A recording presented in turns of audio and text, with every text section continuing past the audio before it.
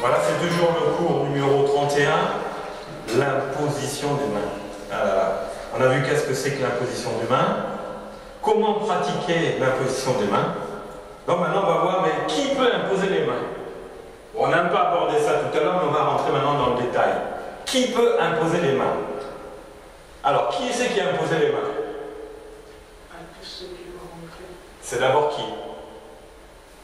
Jésus. C'est Jésus d'abord qui a imposé les mains.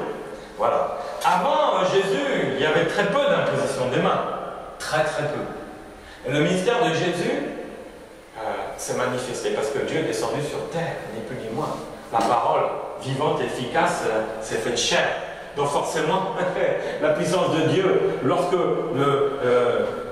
Jésus et le Saint-Esprit allaient se réunir, une puissance allait sortir. Comme toi, bien-aimé, tu as été baptisé d'eau, tu as été baptisé du Saint-Esprit, tu as cru, tu as accepté la parole, mais tu es dans le même cas que Jésus. Donc tu es candidat à l'imposition des mains. Même chose. Alors Luc 4, 40 dit, après le coucher du soleil, tous ceux qui avaient des malades atteints de diverses maladies les lui amenèrent. Il imposa les mains à chacun d'eux et il les guérit. Des démons aussi sortirent de beaucoup de personnes en criant en disant, tu es le Fils de Dieu. Mais il les menaçait et ne leur permettait pas de parler parce qu'ils savaient qu'il était le Christ. Voyez, Jésus guérissait les malades par l'imposition des mains. Et en même temps, les démons sortaient par l'imposition des mains. Voilà comment était le ministère de Jésus. Il n'y avait aucun autre ministère comme ça. Ceux qui étaient avant n'ont jamais vu ce qui a pu se passer. Mais toi, tu n'as jamais vu aussi ce qui a pu se passer. C'est vrai ou pas? Est-ce que tu l'as vu? Non. Mais les autres, Jésus les a précédés. Mais toi, Jésus t'a devancé. Et tu peux pratiquer cela, alors que les autres avant ne pouvaient pas le pratiquer. Ils pouvaient espérer, imaginer, penser par des paroles prophétiques que Jésus viendrait, que les aveugles verraient. C'est Ésaïe qui l'avait dit ça.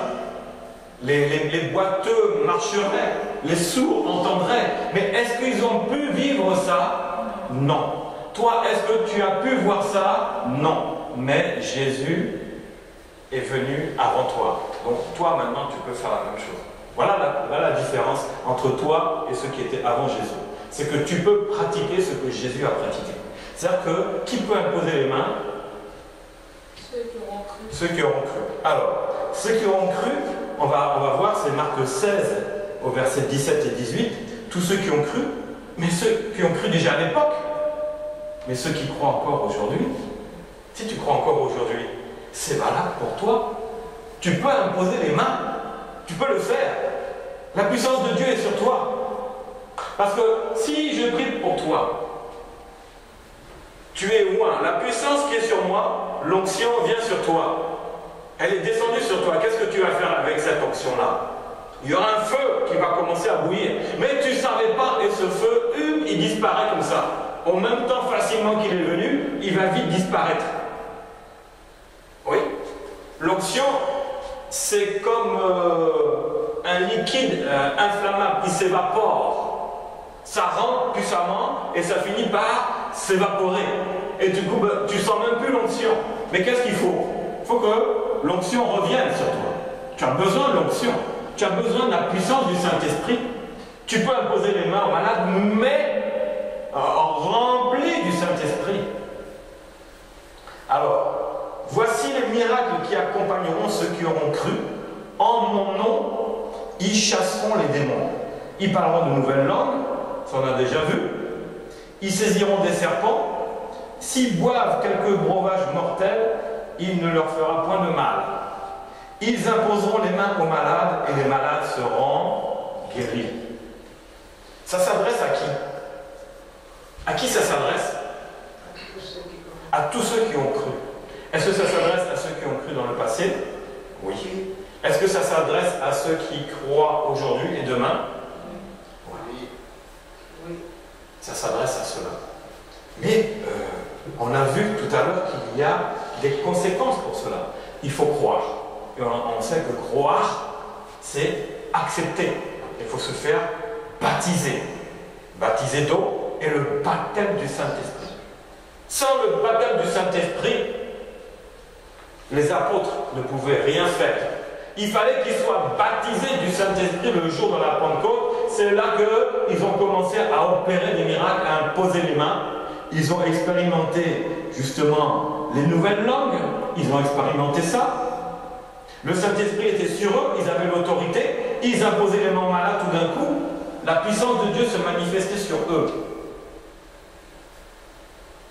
Bien-aimé, tu as reçu le baptême du Saint-Esprit? Tu l'as reçu? Oui. Ça c'est clair, tu l'as reçu. Et même tu as vu même la conséquence que ça pouvait faire. Donc tu as reçu le baptême du Saint-Esprit. Donc le Saint-Esprit, maintenant, il est en toi. Maintenant, toi, tu rentres dans la prière. Tu changes ta vie. Tu acceptes la parole de Christ. Mais tu pourras imposer les mains malades. Et tu verras que les malades seront guéris.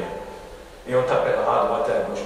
Cette personne-là, c'est quand même bizarre. Hein? Elle impose les mains là. Mais est-ce qu'il n'est pas un peu sorcier sur les bords? Ah, dès que dans l'église on fait des miracles, on commence à se poser des questions sur celui qui opère les miracles. Il est peut-être sorcier. Et les autres serviteurs seront jaloux. Et les frères et les sœurs seront jaloux. Parce que la puissance de Dieu est sur lui. Oui, mais la puissance de Dieu est sur eux aussi. Au lieu de faire la jalousie, ils pourraient dire, mais comment ça se passe? Est-ce que tu peux m'expliquer? Non. Là, on va commencer à se diviser dans les églises. Oui, tel pasteur, ceci, cela, parce qu'il y a la jalousie, il y a la renommée. Mais non, il faut accepter la parole de Dieu, il ne faut pas accepter les paroles des hommes. Ça ne marche pas. C'est pour ça que les églises, ça ne marche pas, ça bloque. On n'est pas là pour faire la compétition à qui fera le plus grand miracle ou le plus grand nombre de miracles. On s'en fout de ça. Et pourtant, qu'est-ce qu'on voit? C'est pas ça. Celui qui commence à faire les miracles, là, il va devenir quelqu'un orgueilleux. Ah, je vais le voir, c'est lui qui opère les miracles. Oh, on va même t'inviter à TF1. C'est vrai ou pas? Mais c'est ça le problème. Il y a même des caméras qui vont venir, et c'est pas notre caméra ici pas cher, ils vont envoyer le gros matériel et tout pour dire, ah, ici, là, il y a des miracles. Mais on s'en fout. On s'en fout de tout ça. Marche dans l'obéissance, ne cherche pas la compétition parce que là c'est l'orgueil qui monte, ça ne marche pas. Sinon tu vas voir, ça va tomber un coup, le Seigneur, il va se retirer. Et tu vas dire, ah, tes mains là, tu continues, mais ouf, il n'y a plus rien. Bah oui, il n'y a plus rien. Il n'y a plus rien. Donc, tu peux imposer les mains, mais il faut garder ça aussi. C'est vraiment important. Et ne pas regarder à droite, à gauche ce qu'on dira de toi, etc. Moi, je me souviens, quand j'avais imposé les mains sur la personne boiteuse, mais il y a eu une compétition avec les autres pasteurs qui ont essayé de s'attribuer ce miracle. Véridique. Tu es sûr que tu as été guéri? Parce que moi, je vais imposer les mains et tu seras guéri. Il dit non, non, je suis guéri et c'est lui qui a imposé les mains. Tu es sûr? Ah, mais j'ai vécu ça. Non mais dans quel monde on est, quoi? Il y a tellement, non mais la vérité, il y a tellement de miracles puissants que celui qui le fait là, l'autre va essayer de lui piquer ça. Il va essayer de s'attribuer parce que le temps de miracles existe, mais on ne voit plus les miracles. Pourtant, c'est toi qui peux imposer les mains. Mais quand tu imposes les mains, il n'y a rien. Alors tu vas venir piquer le miracle de l'autre. Non mais c'est la réalité. Ou l'église là-bas qui a entendu, cette église c'est des miracles, il va commander cette église, c'est des sorciers. Oh, ils chassent les démons par Belzébuth. C'est ce qu'ils ont dit de Jésus. Les sacrificateurs, tous les religieux, eux voyaient les miracles qui se produisaient. Eux connaissaient parfaitement la parole de Dieu. Mais quand ils voyaient Jésus, ils disaient au nom de Jésus, toi, sors. Eux, mais les synagogues, là, les chefs, là, ils avaient les boules. Parce qu'ils parlaient, mais rien ne se passait. Jésus arrive. Toi, démon, sors tout de suite. toi, lépreux, tu es guéri, toi, boiteux, tu es debout, toi, aveugle, tu vois. Et ça, devant les pasteurs de l'époque, imaginez la jalousie. Et qu'est-ce qu'ils ont dit? Non, toi, tu es un sorcier, toi, tu es une secte, toi, tu as Belzébuth en toi, c'est pour ça que tu chasses les démons. Mais Jésus dit, mais est-ce qu'un royaume peut se combattre lui-même? Est-ce qu'un démon peut aller combattre un autre démon? C'est pas possible. Mais croyez au moins. Mais bien aimé, ça n'a pas changé. Commence à imposer les mains et à opérer des miracles, tu vas voir ce qu'on va dire de toi.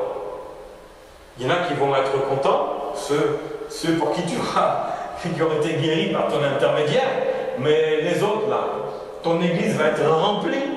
C'est vrai ou pas? Est-ce que les synagogues étaient remplies? Non. L'entrée des villages était remplie parce qu'on attendait Jésus.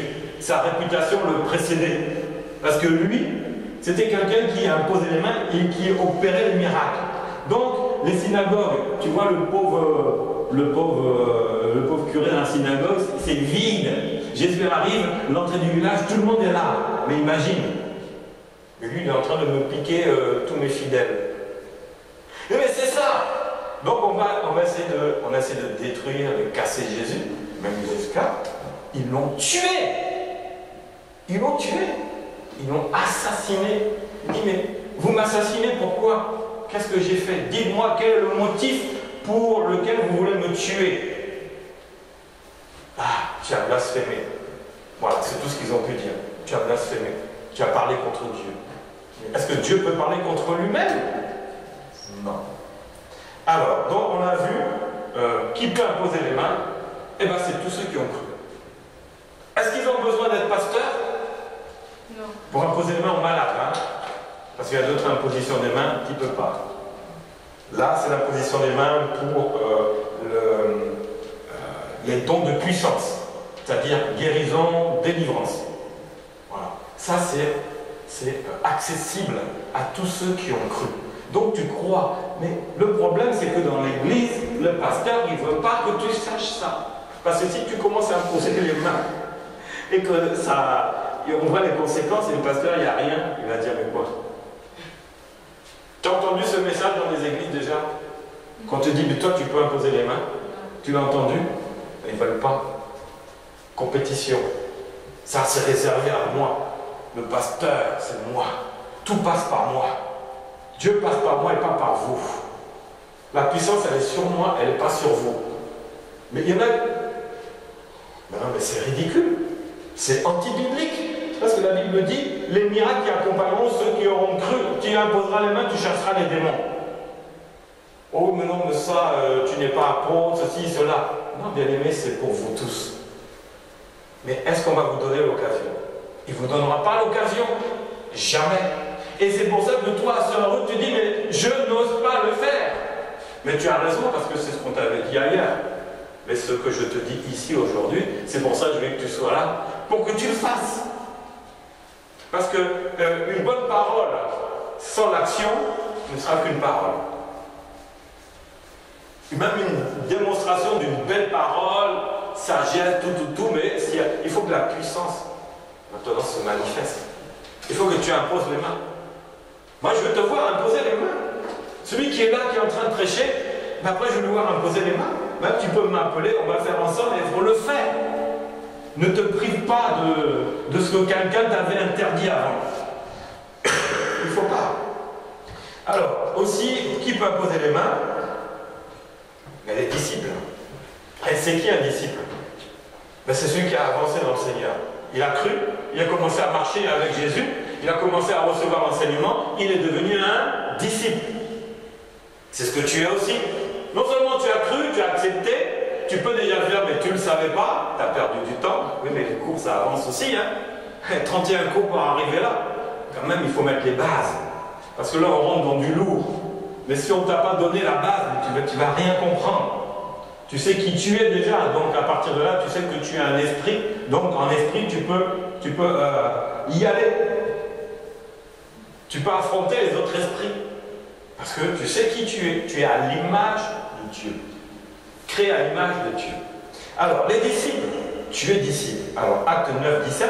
Ananias sortit, et lorsqu'il fut arrivé dans la maison, il imposa les mains à Saul en disant, Saul mon frère, le Seigneur qui m'a apparu, m'a envoyé pour que tu recouvres la vue. Ananias était un disciple. Dieu peut te parler pour dire, dimanche là il y a quelqu'un, va le voir et impose-lui les mains parce qu'elle a tel problème. Vous voyez? Et toi tu vas faire quoi? Ah ben non, hein, moi je suis un disciple. Même pas, tu ne sais même pas te dire, tu es chrétien. Disciple, c'est même toi-même, tu ne vas même pas te reconnaître comme disciple. Tu suis les cours bibliques depuis combien de semaines? Mais tu es disciple déjà. Dès le premier cours, tu étais disciple. Tu sais ça? Donc Dieu t'utilisera, comme Dieu a utilisé Ananias pour imposer les mains, tu es candidat aussi pour imposer les mains selon la volonté de Dieu. Sache-le. Ne passe pas à côté de l'occasion. Le Seigneur est en train de te former. Donc on a vu pour tous ceux qui croient, pour les disciples, bon, ensuite, pour les apôtres.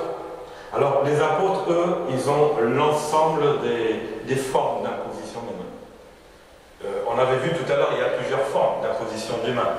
Hein? C'était pour le baptême du Saint-Esprit. Les apôtres le font, même les autres ministères. Mais il y a l'apôtre, la différence, c'est pour l'élévation. Prier pour les autres ministères, c'est l'apôtre. On voit dans les églises des pasteurs qui élèvent d'autres, c'est pas biblique. C'est pas biblique. Moi je connais quelqu'un qui craint Dieu, quand il voit qu'il y a un serviteur de Dieu qu'il faut l'élever, il va appeler l'apôtre. Lui il ne va pas le faire. Au moins il sait ça. Il ne va pas le faire. Il va simplement dire, bon apôtre, priez pour tel frère, il est dans tel ministère, l'apôtre prie et dit ok, il est dans ce ministère. C'est ce qui s'était passé hein, lorsque l'église grandissait. Les apôtres ne pouvaient plus s'occuper à table. Ils ont dit à l'assemblée, choisissez-vous parmi vous 7 personnes remplies du Saint-Esprit, craignant Dieu, ayant un bon témoignage. Et l'assemblée a choisi 7 personnes, c'était des diacres, et ils les ont présentés aux apôtres. Les apôtres, après avoir prié, leur imposèrent les mains et prièrent pour eux. Ils étaient devenus des diacres. Ils avaient eu la confirmation. Mais les autres ne pouvaient pas le faire. C'est ça pour l'élévation. La consécration, non, parce que c'est Dieu qui consacre. Dieu consacre quelqu'un dans un ministère. S'il y a un ministère sur toi, c'est pas moi qui vais consacrer ce ministère-là. C'est Dieu qui a consacré déjà ton ministère. Moi, je vais simplement imposer les mains pour envoyer l'onction pour que tu partes avec, comme les apôtres ont fait avec les disciples, c'est tout. Ça s'arrête là. Mais la consécration n'est pas biblique. Si on veut regarder des consécrations, on est obligé d'aller dans l'Ancien Testament parce qu'il n'y en a aucune dans le Nouveau Testament. Et malheureusement, il y en a qui vont aller dans l'Ancien Testament pour dire « Ah oui, un tel a été consacré, donc moi aussi je vais consacrer. » Ah oui, mais dans le Nouveau Testament, on n'en parle plus. Donc là, si tu veux travailler dans l'Église de Jésus, dans l'Ancien Testament, tu veux prendre des choses de l'Ancien Testament parce que toi, tu veux consacrer. C'est Dieu qui consacre, c'est pas l'homme. C'est tout. L'homme, il impose les mains et c'est réservé aux apôtres pour l'élévation et pour que l'onction, qui parte avec l'onction, les bénédictions dans son ministère, et c'est parti. Vous voyez? Donc les apôtres, c'est ça. À Acte 8, 18, lorsque Simon vit que le Saint-Esprit était donné par l'imposition des mains, des apôtres. Même Étienne n'avait pas fait ça.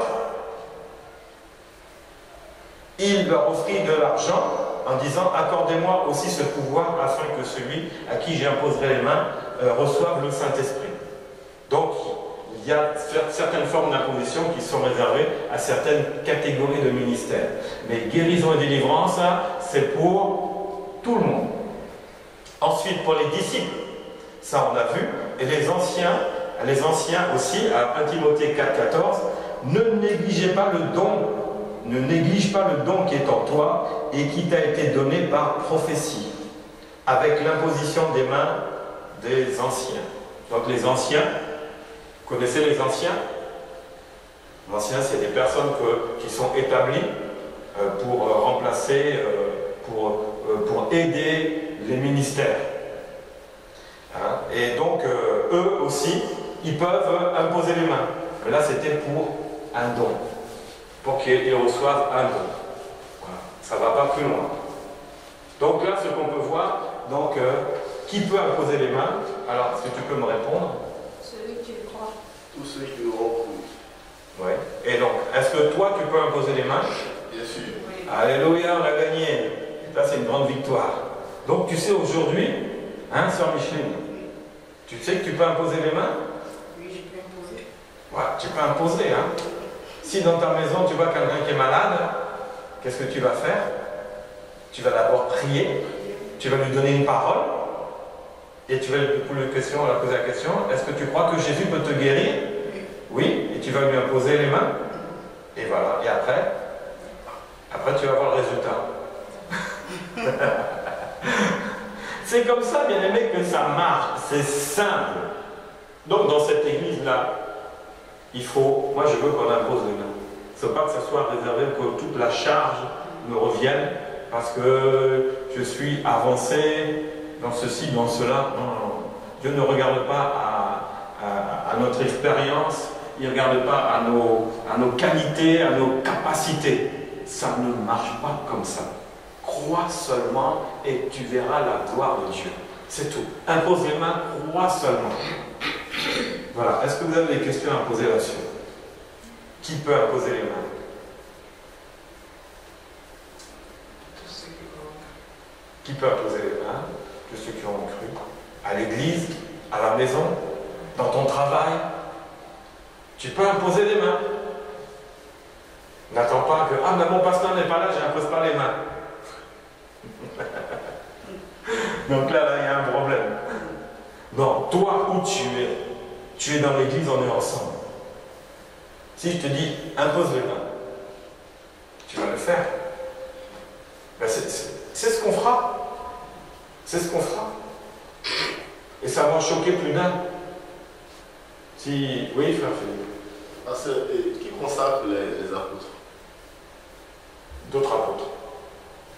Qui les consacre? D'autres apôtres. Et tu n'as pas continué. Mais encore, c'est Dieu. Ah non, je ne vois pas. Qui consacre les apôtres? Qui consacre les apôtres? Dieu. Voilà. C'est Dieu. Parce que la consécration, c'est Dieu. Après, tu veux dire qui élève un apôtre, peut-être? C'est ça que tu voulais dire. Comment un apôtre oui. est élevé, quoi. Élevé, après qu'il peut devenir aussi. Bah, par un autre apôtre. C'est d'apôtre en apôtre. Regarde, dans l'armée, il y a, on va dire, comment on l'appelle, le sergent-chef. Et il y a le général. Est-ce qu'un général peut former un sergent-chef? Bien sûr. Oui. Est-ce qu'un sergent-chef peut former un général? Non. Non. Donc, un général, il sera formé par un autre général. Voilà. Donc, les apôtres sont formés, sont pas formés, on va dire, mais ils ont pris. Tu vois, un pasteur prier pour un apôtre, pour l'élévation d'un apôtre, c'est pas biblique.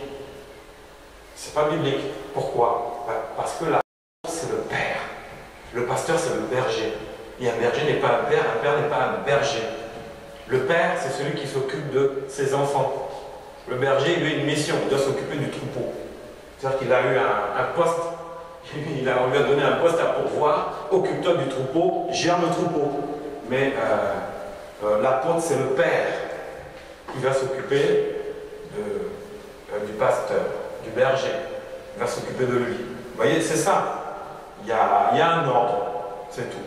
Donc les apôtres sortent des apôtres. Maintenant, un pasteur peut sortir d'un pasteur, mais il sera toujours nommé il sera élevé, prié par un apôtre. Ça, c'est comme ça que ça doit se faire. Mais malheureusement, c'est pas comme ça que ça se fait. Voilà. C'est ça le problème. Moi, c'était mon cas. C'est toujours mon cas. Voilà. Ben oui. Parce qu'aller contre ça, c'est aller contre Dieu. Mais ils vont se ramasser, mais l'enfer. C'est l'enfer ils vont finir en enfer, quoi. Dieu ne rigole pas avec ça. Dieu ne rigole pas avec ses envoyés. Toi, tu joues avec l'envoyé de Dieu. Un apôtre, ça veut dire ange.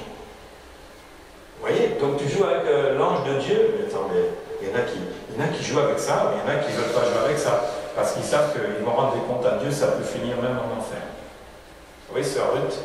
Oui, je voudrais poser la question. Est-ce que à chaque fois que qu'un pasteur, soit un homme de Dieu, servant, prêche, il doit, à la fin de la parole, on pourrait dire, l'imposition des mains se fait à chaque fin de la parole amenée à l'église ou comment? Ça dépend de sa prédication, ça dépend comment le Saint-Esprit conduit, mais en général, s'il y a des malades dans l'église, il va poser la question, est-ce qu'il y a un malade dans l'église?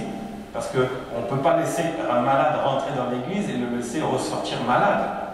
Donc lui-même, un pasteur, il connaît son troupeau, même s'il y a des nouvelles brebis qui arrivent, mais les nouvelles brebis qui arrivent, il va savoir qui elles sont et si elles ont des problèmes. C'est ça. Parlons du pasteur, il a aussi un travail qui est de soigner. Donc de penser les blessures, d'amener la guérison.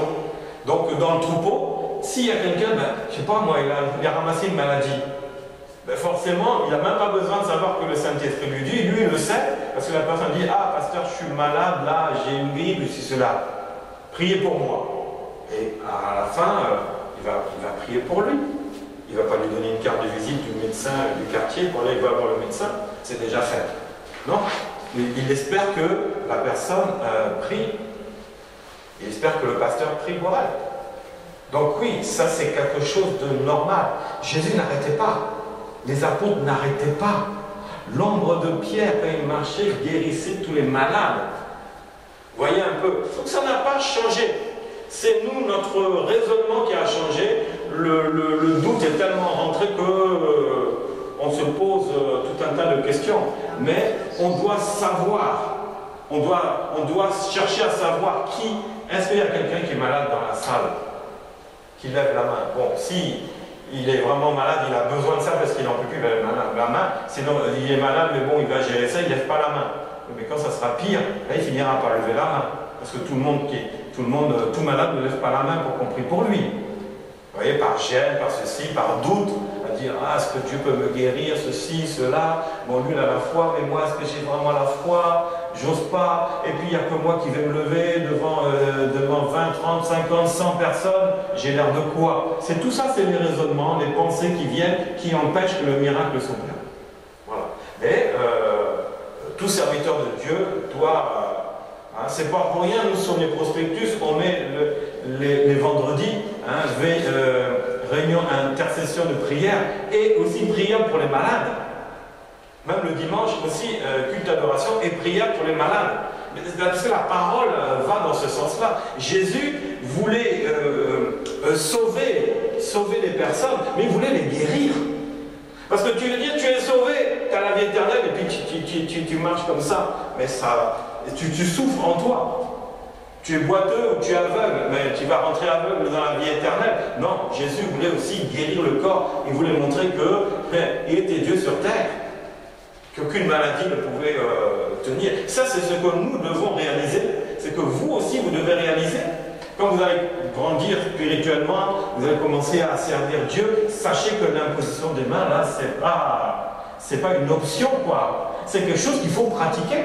Parce que Dieu veut que vous imposiez les mains.